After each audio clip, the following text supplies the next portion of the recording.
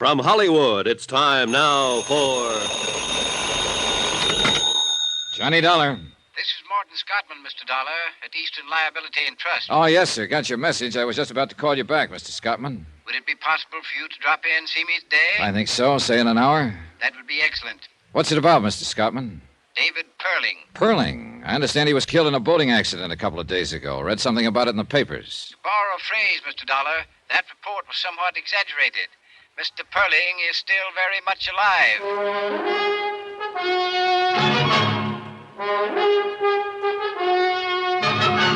Tonight and every weekday night, Bob Bailey in the transcribed adventures of the man with the action-packed expense account, America's fabulous freelance insurance investigator. Yours truly, Johnny Dollar.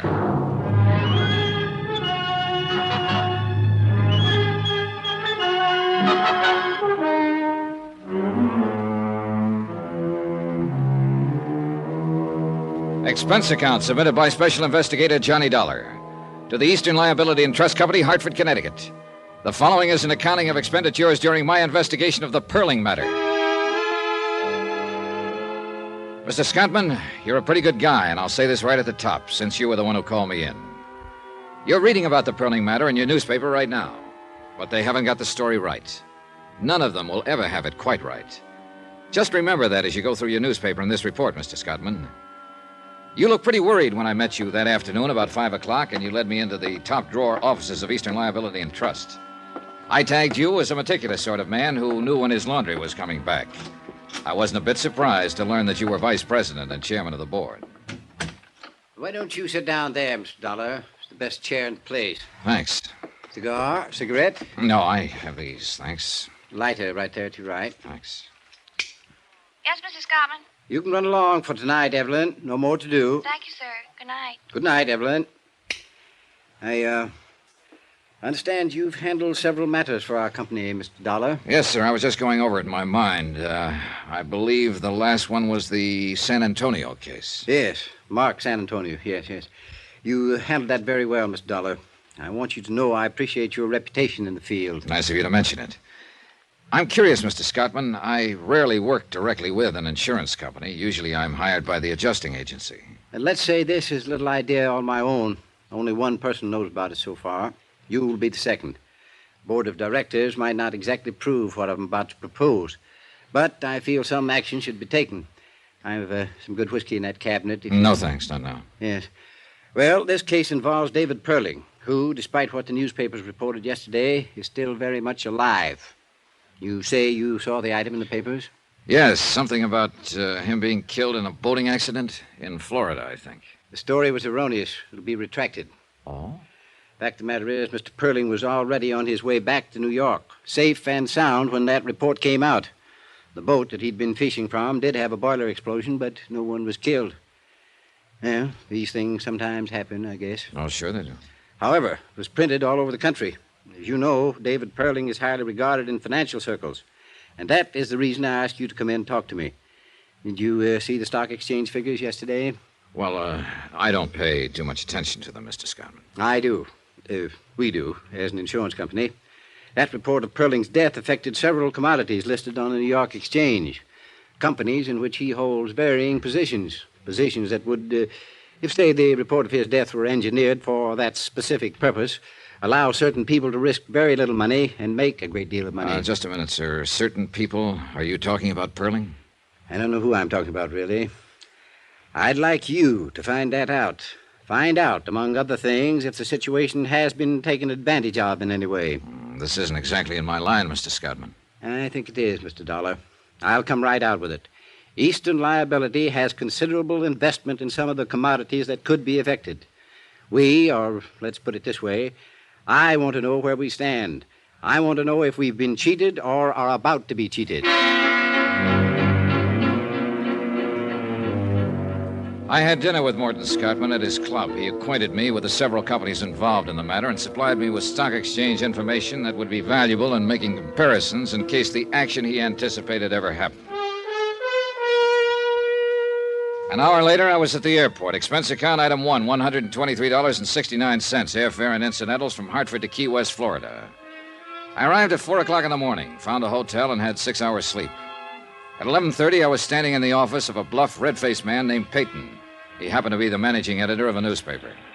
Yeah, all the way from Hartford, Connecticut, eh? Well, welcome to Key West. What can I do for you? Tell me about this story. A Perlin story, huh? Yeah. You a lawyer? No? You here to make trouble? Just find out something about how that story got into print, that's all. We're retracting today. What do you want us to do? Wear sackcloth and ashes? Well, I'm not here to file a suit. I just want some information about the story. You can sit down if you want to. All right, thanks. Find Gracie Edwards, will you? Right. Well, about like the newspaper story, except for the mistake. That was a pretty good-sized mistake, Mr. Peyton. Perlin was here for a week to 10 days. He had an idea he could catch some tarpon or sailfish. He chartered a boat called the Yatwacha day before yesterday. Just heading in for the landing, somehow the fuel ignited and she blew up. Everybody thought Perlin was still aboard her. Who was aboard her? It's the skipper. He came out of it all right.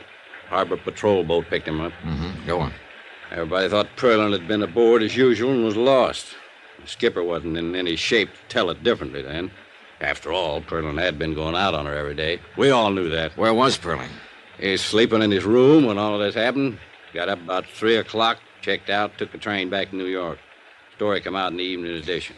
Your reporter, the one who wrote it up. I'd like to see him. It's a her. Well, how did she get the story? He was right there. Right where? What do you mean? Down at the sailfish landing when the Yatwacha come in. That a regular beat? Well, town this size, we don't have beats. But your reporter was there when the boat caught fire. Yeah. What's her name? Gracie Edwards. How long's she been a reporter? Couple of years, give or take a month. Hope you didn't come down here to run her over the coals. Oh, she's had enough of it, Dollar. From me. It's my job, not yours. Okay. Where do you eat lunch around here? Bluefin Bar and Grill, about a half block down this side of the street. Dipped beef and apple pie, if you like that kind of thing. Oh, hi, Gracie. Yeah, this is Johnny Dollar. Gracie Edwards. Hello, Mr. Dollar. Hi. Mr. Dollar's come all the way from Hartford to ask you some question about the Perlin story, Gracie. You want to talk to him? Do I have to? Up to you, honey. Who are you? What do you want to know? I'm an insurance investigator. I want to know how the story got into print without being verified. Well, that's a straight enough answer. Who do you investigate your insurance for? Eastern Liability and Trust Company at the moment. Yeah, he's got business cards and everything. Yeah, he looks like he might do that kind of work. Well, if you're going to talk to him, find someplace else. I've got work to do. How about some lunch, Miss Edwards? How about that? Oh, get out.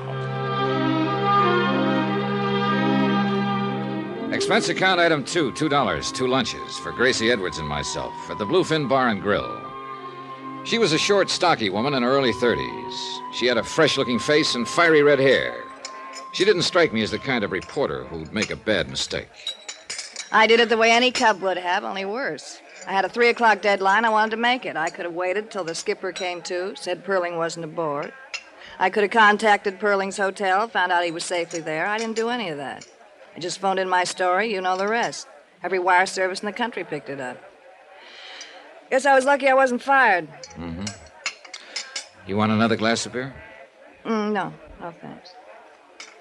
You've been pretty nice. I'm sure you're not all insurance investigator.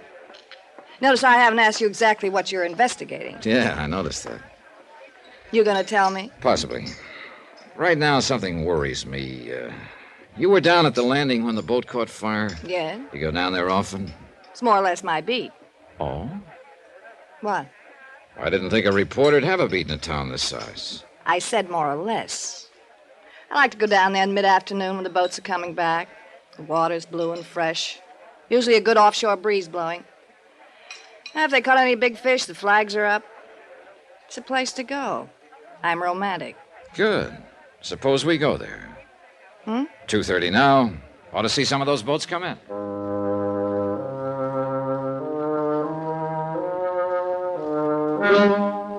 Expense account item 3, $1, 1 cab, transporting myself and Gracie Edwards, reporter, to Sailfish Landing, or as near as we could get. The last 500 yards, we had to walk on the planking between the slips. Now, tell me, where was the Yatwacha when she blew up? Over there. About there. Where were you? Right here. I was sitting right there. Looking out to sea? Uh-huh. How long had you been here? Oh, an hour or so. That was day before yesterday? Yeah. She blew up there. You phoned in your story before 3 o'clock? Yeah, right before 3. Where's the yacht watcher now? They raised her this morning, towed her over the repair docks. That's around the point. That's kind of funny. What's funny? Well, I guess I didn't hear it right. You saw her get in trouble. You were right here. Then you went and phoned in your story. That's right. Where'd you phone it in? What? Last phone I saw was at the tavern before we came on the docks. High heels running over these slips. Take quite a while to get to it. I used a phone in town. How'd you get there? Cab. You had one waiting? Look, suppose I did. Suppose you didn't, Miss Edwards. Suppose you weren't even here. If you were, where's the sunburn? Every redhead on earth burns up in an hour when the sun's like this, unless you're an exception. I don't think I like this. I don't like it much myself. But I have to find out something. I'd like to find out from you. I hope I can. If I can't, I'll have to find out from someone else. Maybe the man who owned the boat, the man who ran it, someone around here. I'm going. Wait a minute.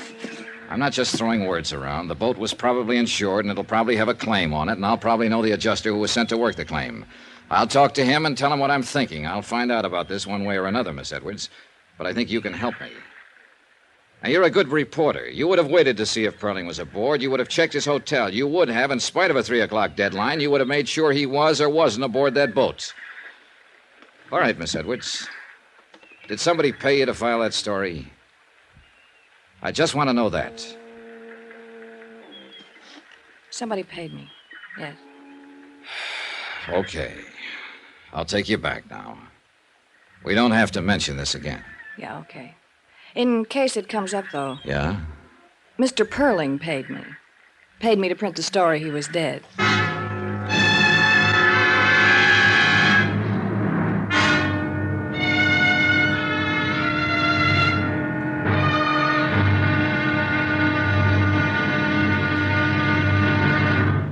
Now, here's our star to tell you about tomorrow's intriguing episode of this week's story. Tomorrow, the affairs of Wall Street follow the current trend in cheating and mayhem. Join us, won't you? Yours truly, Johnny Dollar. From Hollywood, it's time now for... Johnny Dollar. Ready with your call to Hartford. Hello? Hello, Mr. Scottman, Johnny Dollar. Hope I didn't get you up. No. I've been very anxious to hear from you. Well, I thought I'd better call, Mr. Scottman. I just found out that David Perling paid a reporter here in Key West to print that story about his death. I see. I can be in New York at 7 tomorrow morning. Could you meet me there sometime? I can meet you at Idlewild. My plane comes in at 7:20.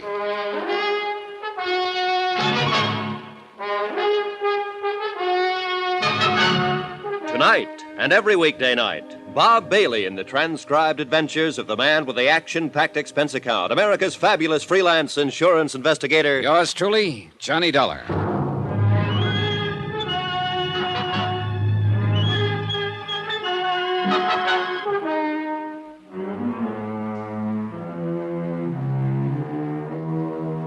From Special Investigator Johnny Dollar to the Eastern Liability and Trust Company, Hartford, Connecticut. The following is an accounting of expenditures during my investigation of the Perling matter.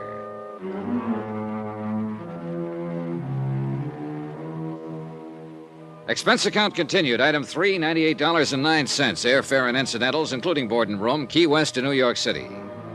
Mort Scottman was in the airport coffee shop having tea and toast in the best tradition of a vice president.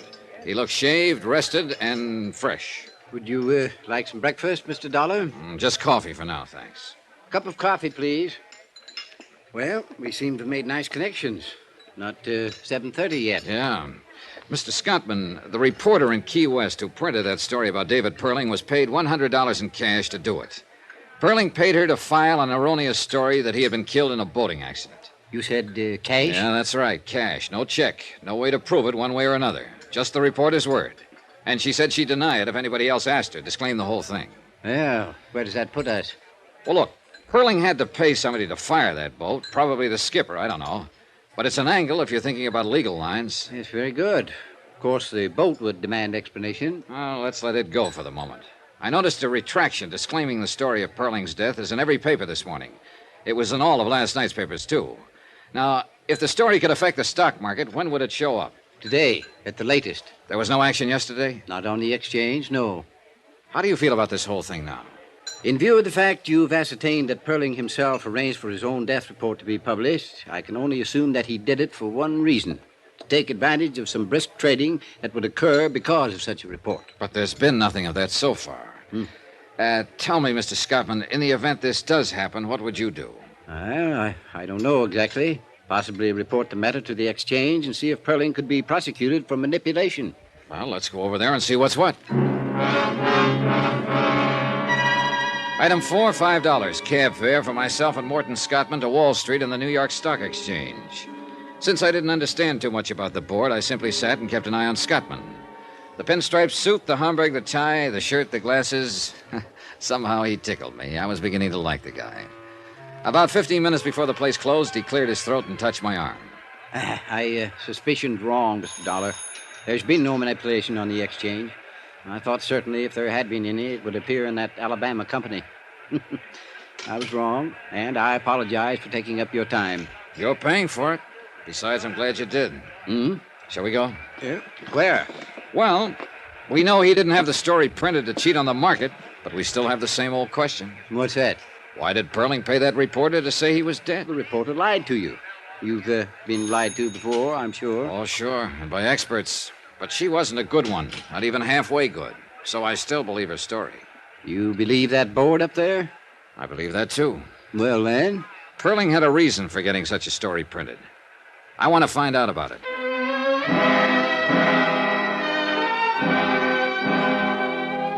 Expense account item 5, $4. Lunch for Morton Scottman and myself.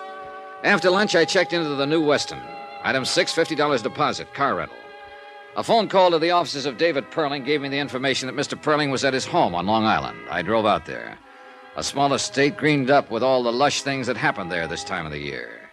As I reached the place, I noticed a group of people in white flannels and dark blue jackets mixing cocktails on the terrace. One of them I recognized from previous newspaper pictures as David Perling. A middle-aged woman with iron gray hair and the figure of a 16-year-old girl opened the door. She looked from behind dark glasses disapprovingly. Yes? How do you do? I'd like to see Mr. Perling, if I may. I'm Mrs. Perling. May I help you?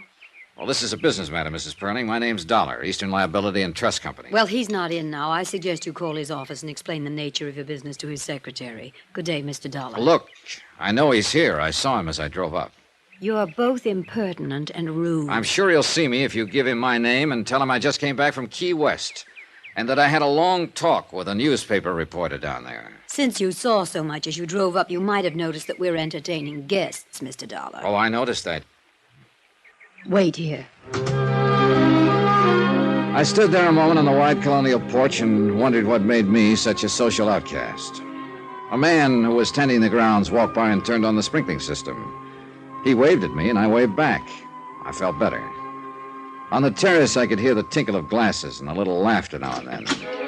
Finally, David Perling showed up. He was a tall man with a hairline that started about an inch above the heaviest eyebrows I've ever seen. Two-tone shoes, white flannels, and a Mexican sports shirt fitted in with the broad shoulders and wide-mouthed grin that came off just briefly when he looked at me. My wife told me to throw you out. Can you think of any reason why I shouldn't? I'm about 10 pounds lighter than you, but I might be a good 15 years younger. Tell me what you want, kiddo, and then get out of here. I want you to tell me why you paid Gracie Edwards $100 to print a story about you being dead. Who are you, anyway? Johnny Dollar, insurance investigator. What's all this to you? An investigation. There's no way you can prove I paid that girl to print that story. I know that. I was telling a friend of mine today that something probably could be proved about the boat, if it had to be. Then the reporter thing had come out. I don't know. You see, Eastern Liability had an idea that you might have had that story printed to cause a little action on the stock market. Who at Eastern Liability? I'll keep that to myself. Well, doesn't make any difference anyhow. They're way off base. Or can't you figure that part? That's why I'm here. I figured that part. Suppose I told you I don't know what you're talking about. I'd ask you all over again. Tell you about a reporter and a boat. Dollar, you've gone this far, and it's probably as far as you're going. I'm not going to tell you anything. At least anything specific. I will tell you this much. I paid the reporter in cash. I paid the boatman the same way. Whatever reason I had, it was a good one. Meant to harm no one. You're sure about that, Mr. Perling? As sure as I'm going inside right now and mix another batch of martinis.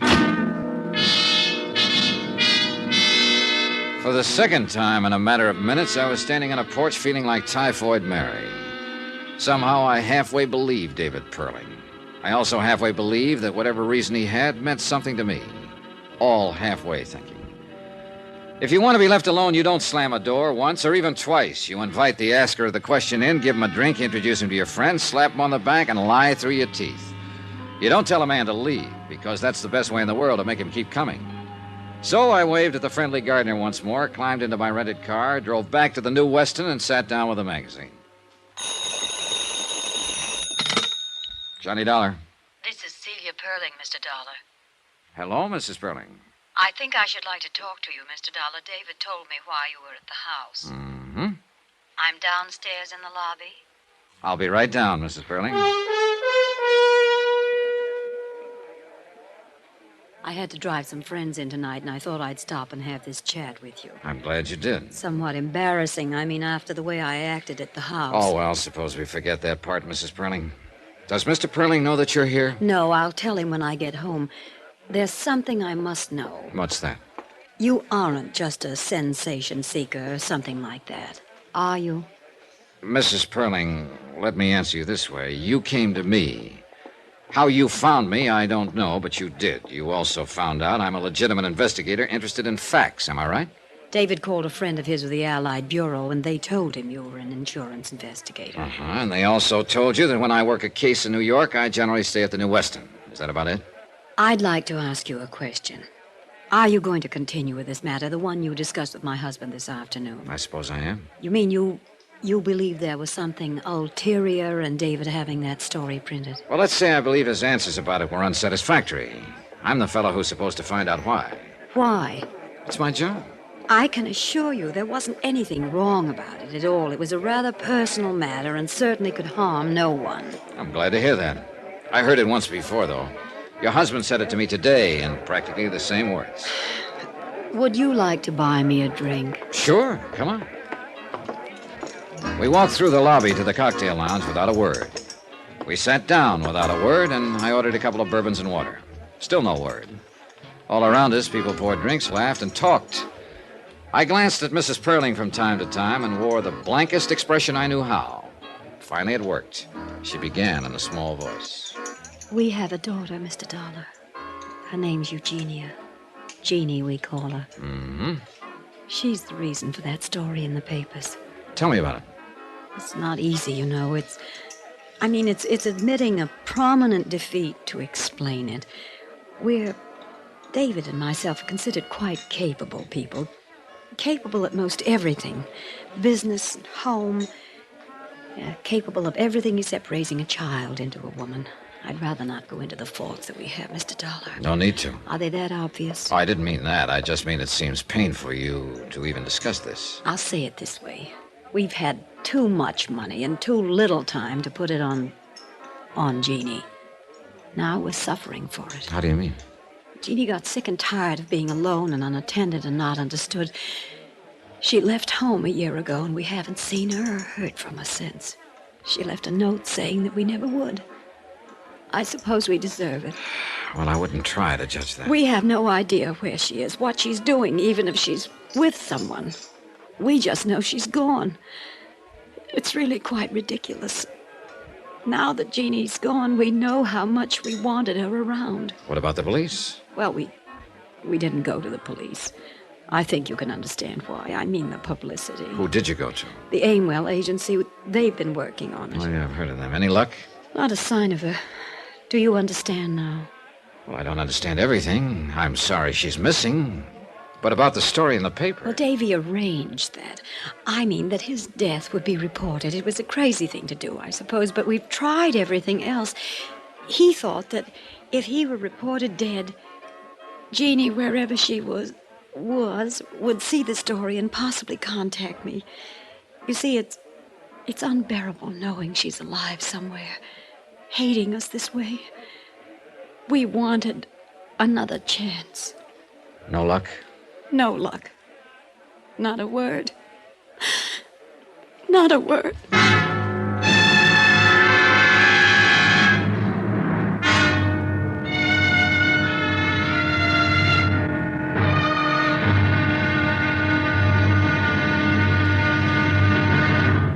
now, here's our star to tell you about tomorrow's intriguing episode of this week's story. Tomorrow, the trap is all baited. And guess who walks in?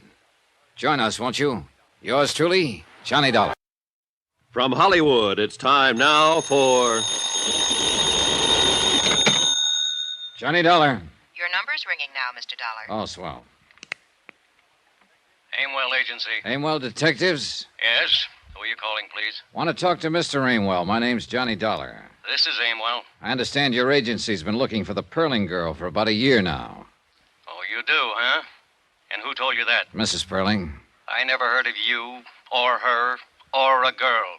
So long. This is the operator. Were you cut off, Mr. Dollar? I'll call them back. Never mind. Call me a cab, honey. I'll talk to them in person.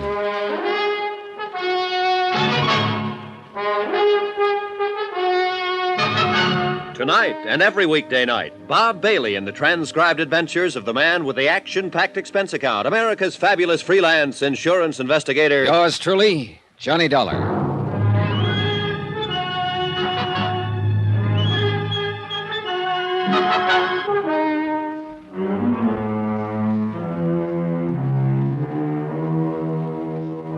Expense account submitted by Special Investigator Johnny Dollar to Eastern Liability and Trust Company, Hartford, Connecticut. The following is an accounting of expenditures during my investigation of the Perling matter.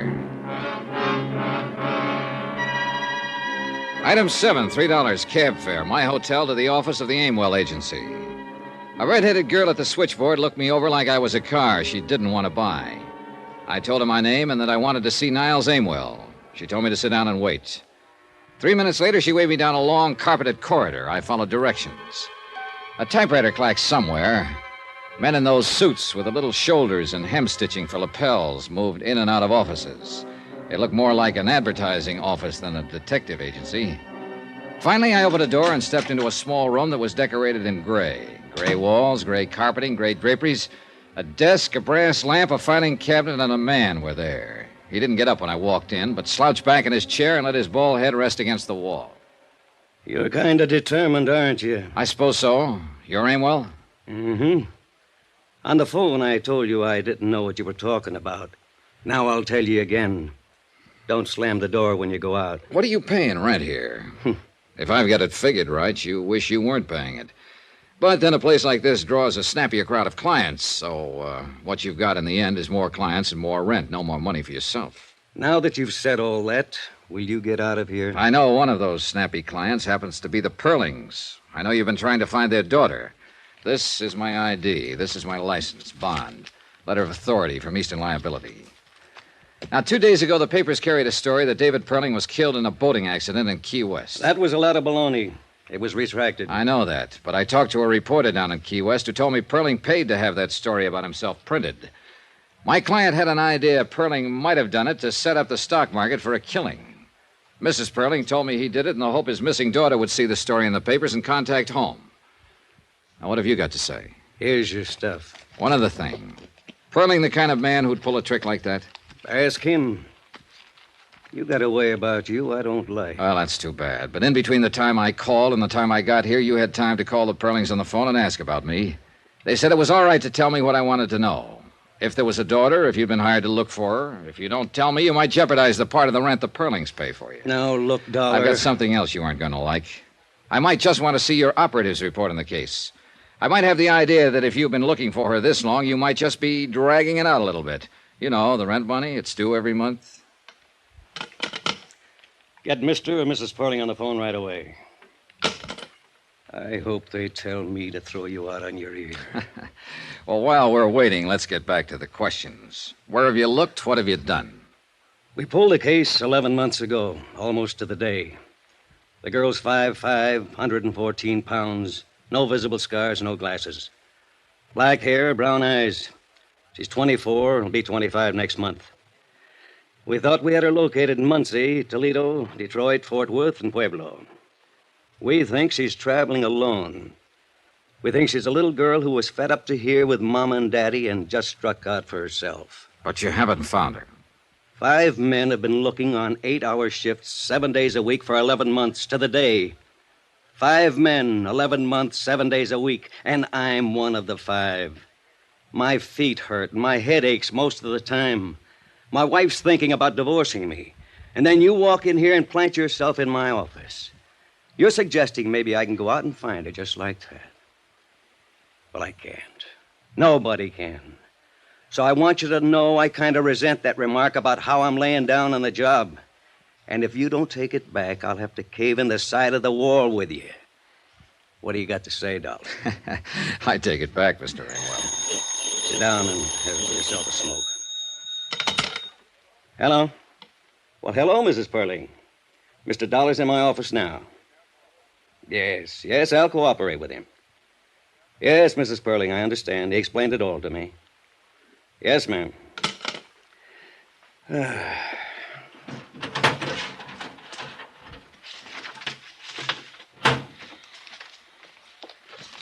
whole file, everything. How would you like somebody to bring up a bottle of cold beer? Oh, I'd like that fine, Mr. Amwell. Niles Amwell, in between complaining about the abundance of bad private operatives in the detective business, showed me how good he was. The Jeannie Perling file was a comprehensive day-to-day report on the investigation. His discouragement in the case was understandable. The only thing that meant something was the picture of Jeannie Perling. Coal-black hair over a fresh white-skinned face. Dark eyes, a nice smile. Somehow, not my idea of the daughter that would belong to David Perling. Too old, too young, or too something. I couldn't put my finger on it. If I had been able to, I could have ended this expense account right here. As it was, I spent $100,000. Somebody else's money, sure. But I spent it just the same. Well, Mr. Dollar, I'm certainly surprised at this development. You say Perling's daughter is missing? That's right, Mr. Scottman. And I'm convinced that the detective agency he's had looking for her have been doing just that. Well, then, I'm relieved to know you got to the bottom of this matter. I'm sorry, of course, for Mr. and Mrs. Perling. But, as I say, relieved that there was no attempted financial manipulation. I think then I can call you off the case. There is no case now. Nope, guess not.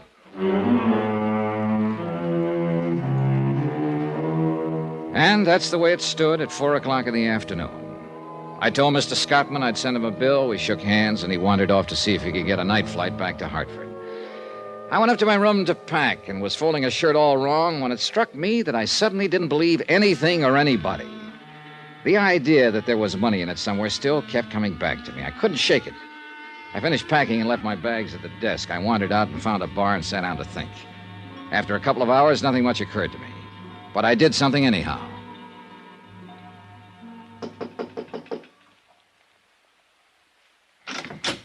Oh, hello, Dollar. Why? My plane doesn't leave until 11 o'clock. I haven't had dinner yet. I didn't come about dinner, Mr. Scottman. Well, what is it? Well, how does this case strike you? Eh? A phony death report, a missing girl, a stock market manipulation that didn't come off. How does it strike you? Well, very neat, if that's a phrase I can use, Mr. Dollar. We had a question with serious implications to it. We have an answer now. That's what we wanted. But it's too neat. I'm not sure I know quite what you mean.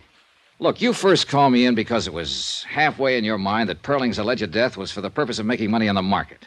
Now, why did you think that? It was a possibility. But what else? What about Perling? What do you mean? Do you know him? Ever met him? Do you think he was capable of a thing like that? Not now. No.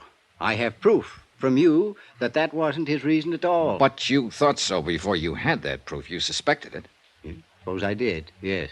Well, I didn't know him from a load of coal, but I always figured there's money in it somewhere. And I've met David Perling. He doesn't seem like the kind of man who'd worry about a grown daughter who didn't like him and ran away. Just didn't seem that way. Oh, here now. A detective agency working on the case, a story in the paper. But no police, Mr. Scottman. No bulletins. No 100% effort to find her. Why? I suppose you have a good point. I'm sure I have a good point, Mr. Scottman. Money's always a good point. But what money, how, why, I don't know. I can't answer those questions. I wish I could. If I could, I'd know that a man like Dave Perling was lying through his teeth if he told me he wanted his daughter back safe at home. I'd know why he was lying. I know I'm just talking and getting nowhere right now, but... Well, I thought I'd better tell you what was on my mind. Yes, well, you've certainly done that. Now what? That's up to you. Oh. Well, if you feel so strongly about this, I think then you should continue. I thought it was ended, but in view of the circumstances, continue. By all means, continue.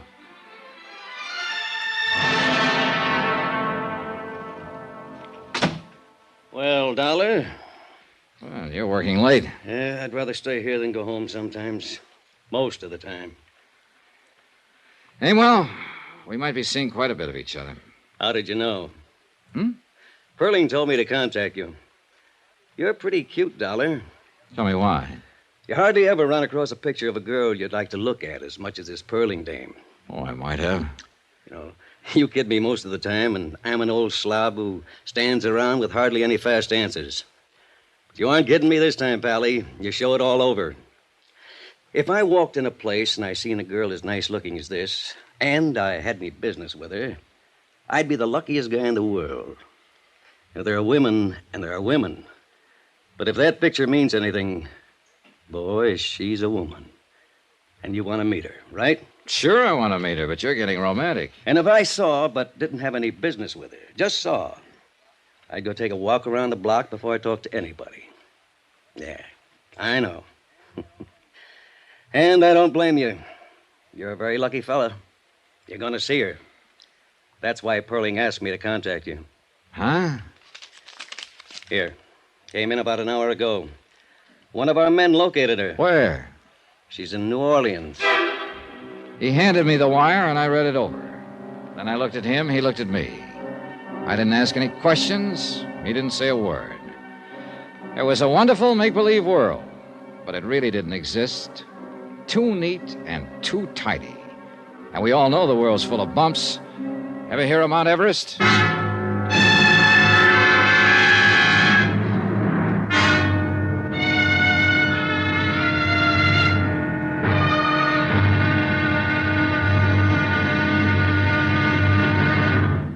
Now, here's our star to tell you about tomorrow's intriguing episode of this week's story. Tomorrow? Well, once you get in on a joke, you do what they tell you. You go along with a gag. Join us, won't you? Yours truly, Johnny Dollar. From Hollywood, it's time now for... Johnny Dollar. Dave Perling, Mr. Dollar. I want to talk to you. Hello, Mr. Perling. Mr. Amwell tells me you're in his office looking into my private affairs. If investigating the matter I came here for involves your private affairs, I guess I did that. I should be irritated, I suppose. And I guess I'm not. When can I see you? Most any time. How about today? I'll be at my house all day long.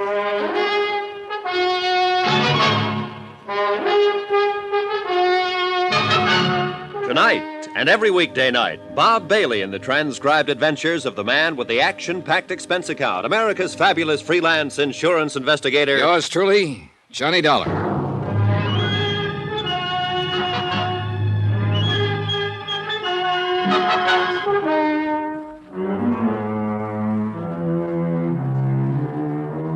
Expense account submitted by Special Investigator Johnny Dollar to Eastern Liability and Trust Company, Hartford, Connecticut. The following is an accounting of expenditures during my investigation of the Perling matter.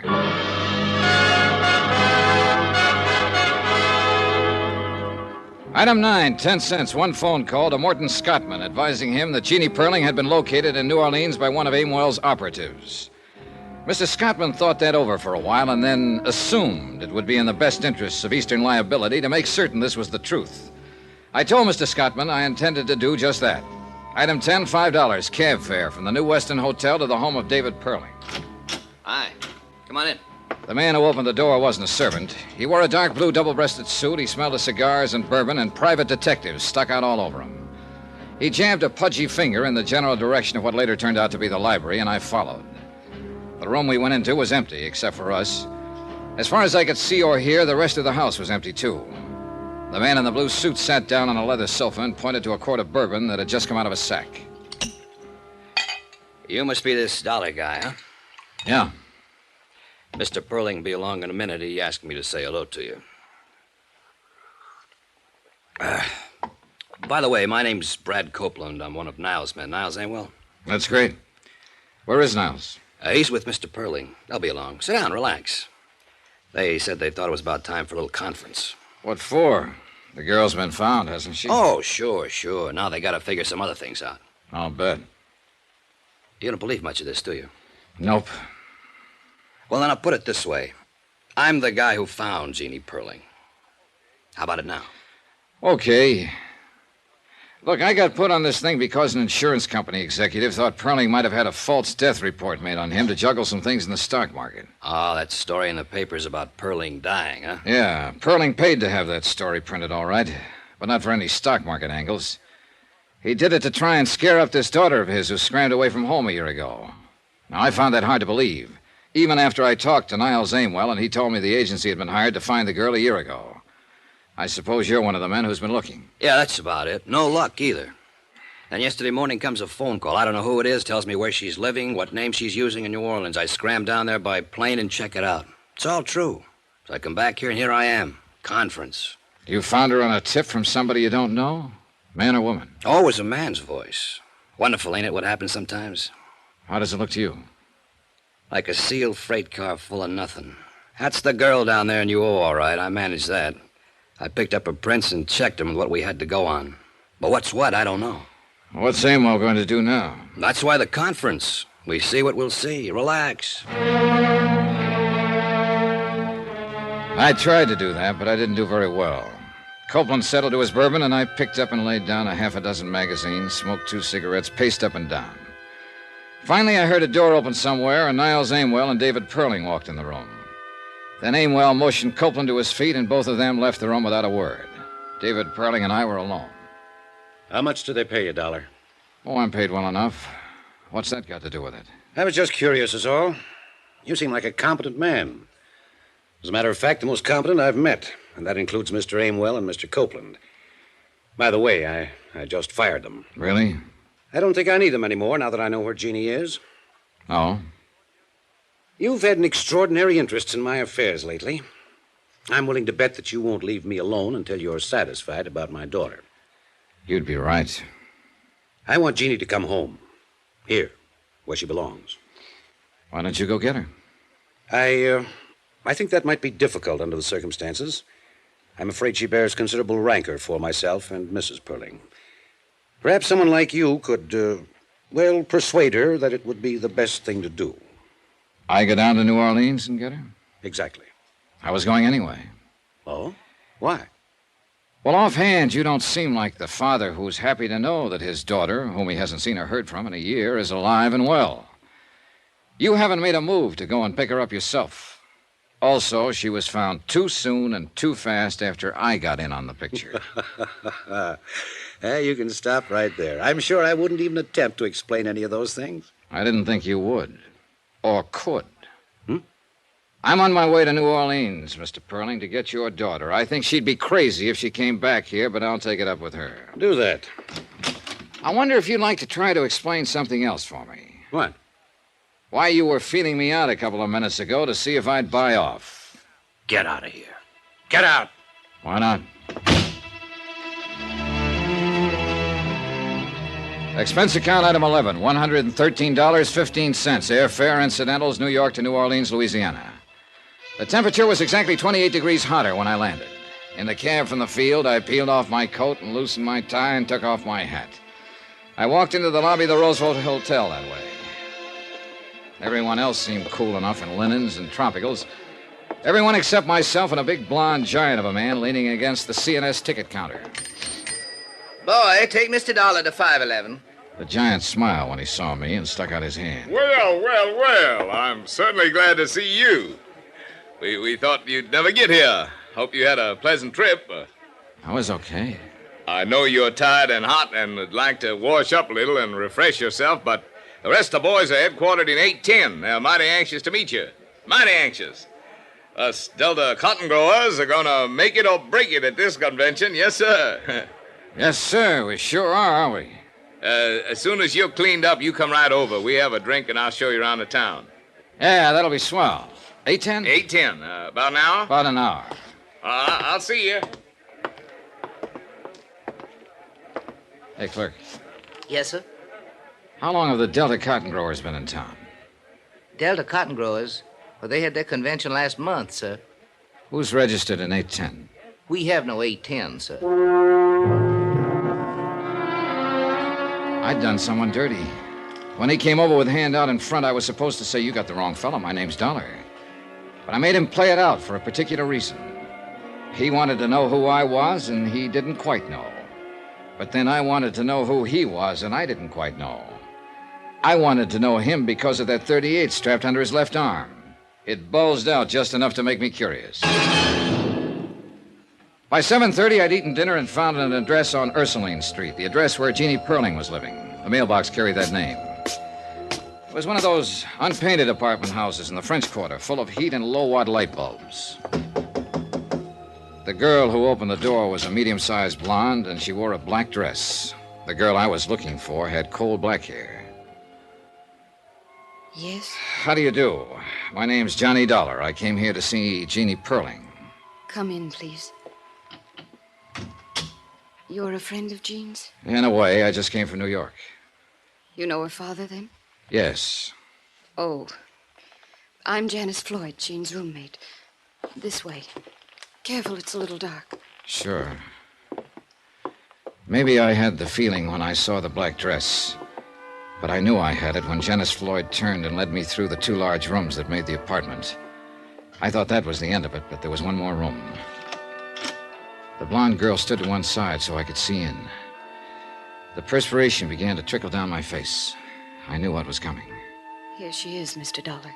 She was there, all right. As lovely and as young and beautiful as the picture. There was a candle burning at her head and feet. And she was dead. I don't know how long I stood there in that dark room staring down at her. I think there were other people in there, too. Dark people, heads bowed, hands folded in front of them, all looking at her. How did it happen? Leukemia. You know... Didn't you know her very long? No. No, as a matter of fact, Miss Floyd, I didn't ever know her. I certainly didn't know she was dead when I came here tonight. I hardly expected She asked that it be this way. But who are you? I'm an insurance investigator. From her father? Not exactly, no. Oh, yes, I see it now. You aren't the first one who's been here looking for her. There have been others. Detectives and lawyers trying to get her to go back. What? If he'd loved her, if they'd loved her for just one unselfish moment, she would still be there. Well, Mr. Dollar, she's where her father can't bother her anymore. You tell him that when you go back to New York. Tell him he can stop hiring lawyers and detectives to find her. Now, get out. Expense account item 13, $5, the usual charge in any city for having a legal document copied and photostated. A death certificate verifying the fact that the girl had died on the 20th day of the month. A medical report attached to the certificate named the cause of death as leukemia. I had copies of all these legal documents by 10 o'clock the following morning. I even went through the motions of phoning the desk and asking for a bill and making a plane reservation for that night. I had a feeling someone would be very interested to see me take care of all those things, and I was right. The big blonde man with the .38 happened to be in one corner of the lobby when I paid my bill. He also happened to be at the airport when I picked up my ticket, but then he got careless. I walked through the gate, waited 2 minutes, and slipped back to grab a cab in front, just in time to see him wheel a battered convertible out of the parking lot and head back for town. I followed in my cab. He went to the Ursuline Street address. 2 minutes later, he came out. Expense account, item 14, $8. I let my cab go and strolled up to him just as he was getting in his car.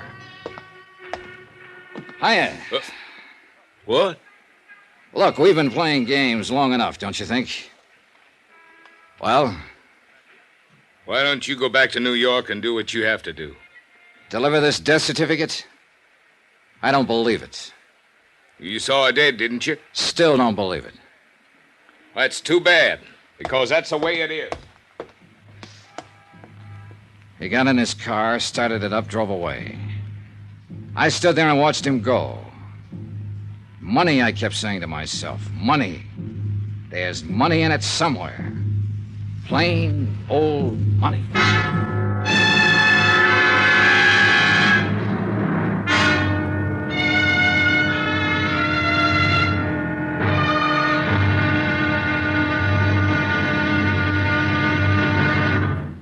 Now, here's our star to tell you about the final intriguing episode of this week's story. Tomorrow, there's still money in it.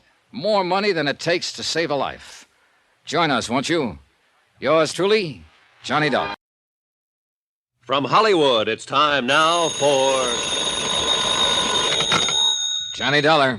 This is Janice Floyd, Mr. Dollar. Hello. I understand you don't quite believe that Jeannie Perling is dead. That's about right. I'm really not concerned one way or the other what you believe or disbelieve. I do know that I've been through quite an ordeal lately, and if you have any plans for interfering or bothering me in any way, I'll call the police. All right. I hope you understand that. I do. Well then, goodbye. Goodbye.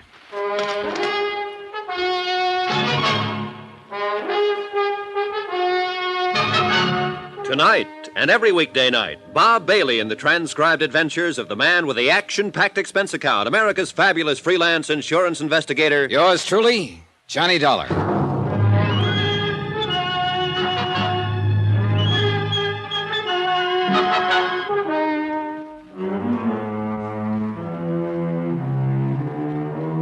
Expense account submitted by Special Investigator Johnny Dollar to Eastern Liability and Trust Company, Hartford, Connecticut.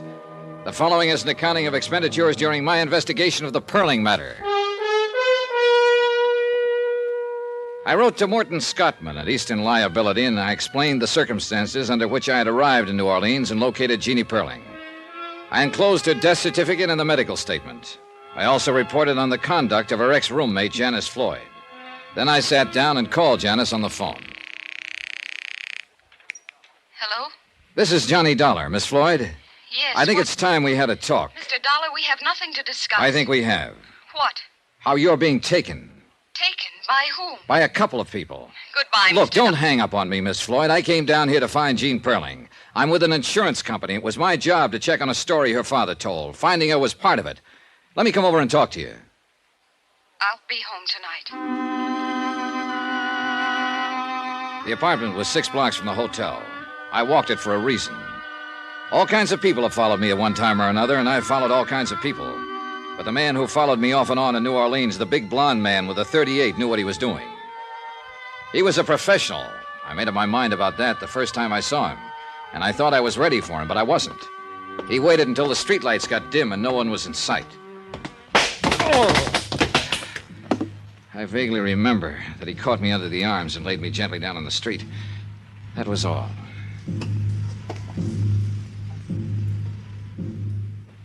Easy, buddy, easy. You've been making too much whoopee. Oh. You folks visiting down here ought to be more careful. Oh. Get your suit all dirty. I wouldn't have found you, but my cab conked out right here. Oh, my head, the side of my head. Yeah, you must have fallen hard. You had enough for tonight, or you want to keep going? Oh, I've had plenty. Yes, sir. I'll call a doctor. No, help me. I'll be all right. You're up. Easy now, easy. Thanks. What time is it?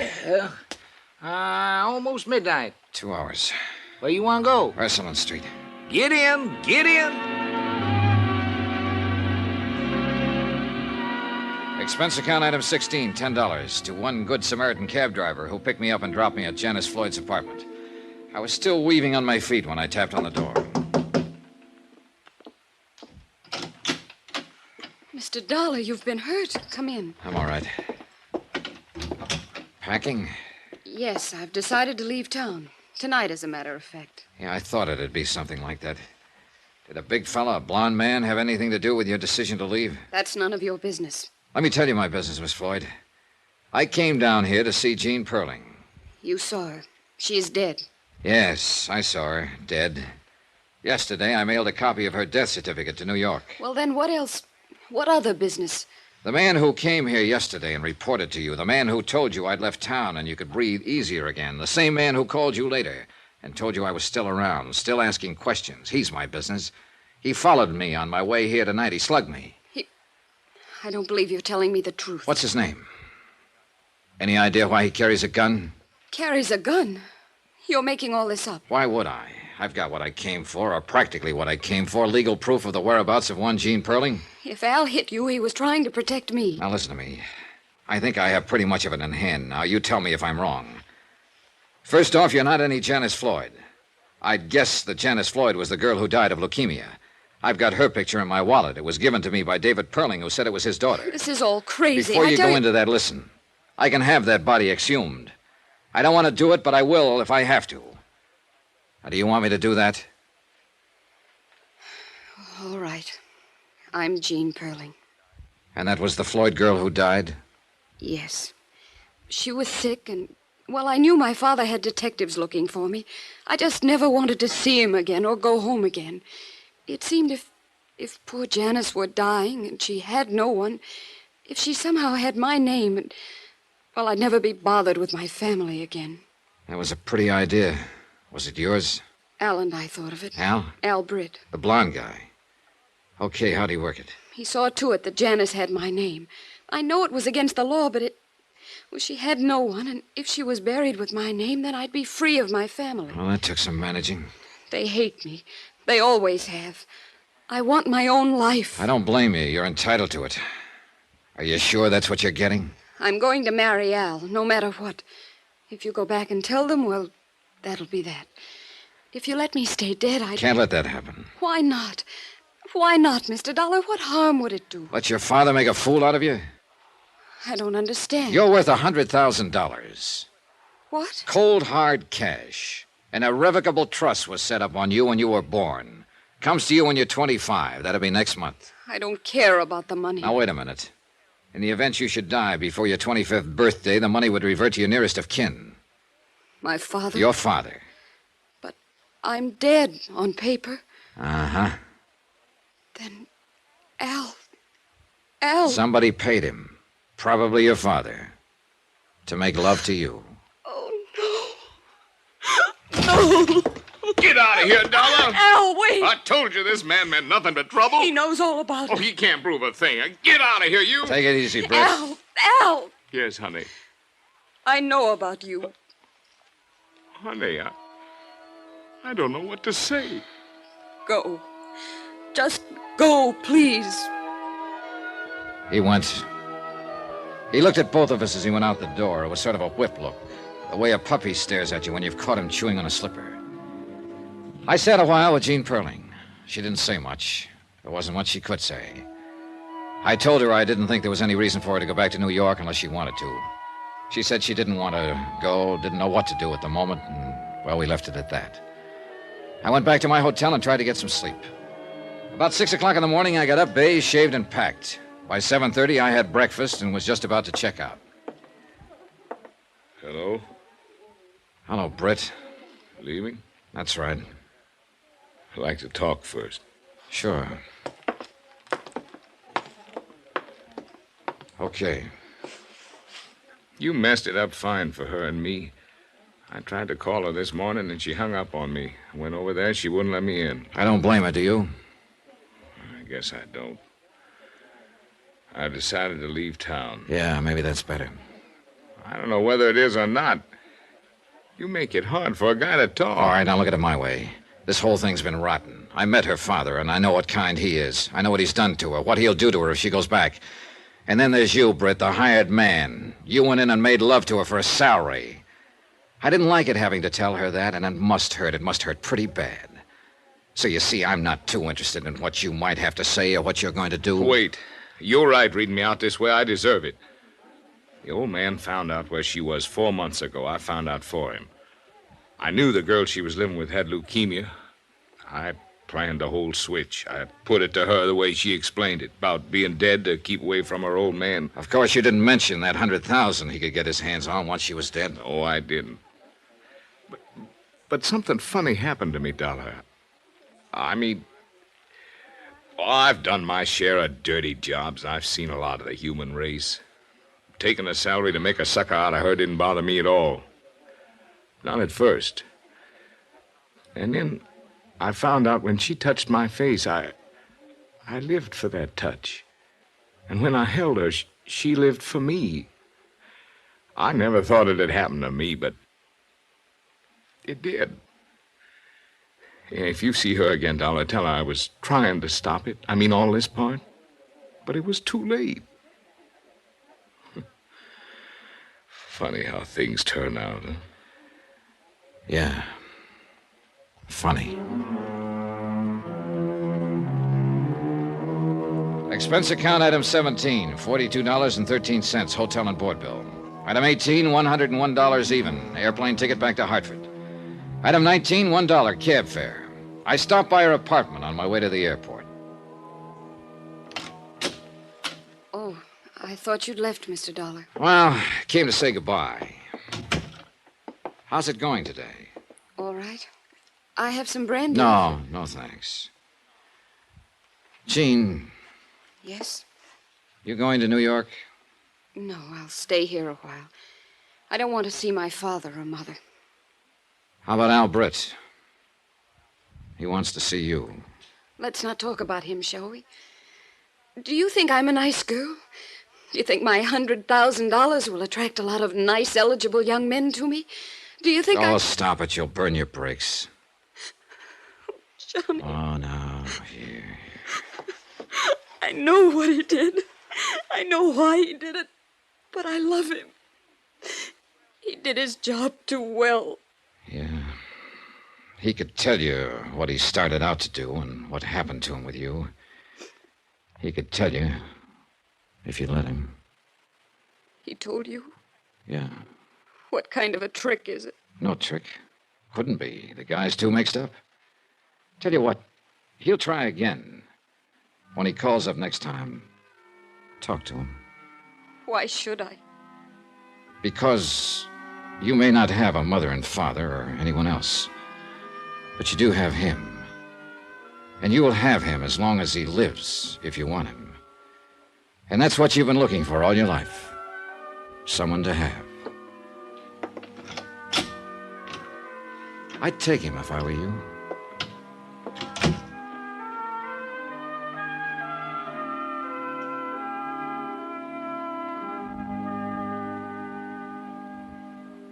Item 20, $10. Miscellaneous. Total expense account, $714.35. Remarks, none. Report? She took him. They were married in Tampa this morning. Yours truly, Johnny Dollar.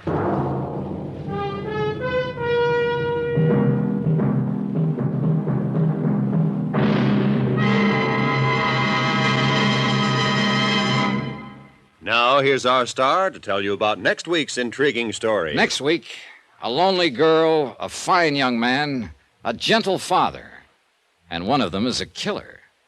Join us, won't you? Yours truly, Johnny Dollar.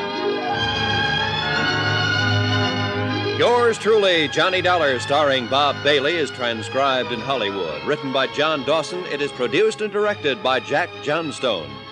Heard in this week's cast were Mary Jane Croft, Forrest Lewis, Jeanette Nolan, Russell Thorson, Michael Ann Barrett, Jack Petruzzi, Barbara Fuller, Herbert Ellis, and Marvin Miller. Musical supervision by Amerigo Marino and Carl Fortina. Be sure to join us on Monday night, same time and station, for another exciting story of yours truly, Johnny Dollar. Roy Rowan speaking.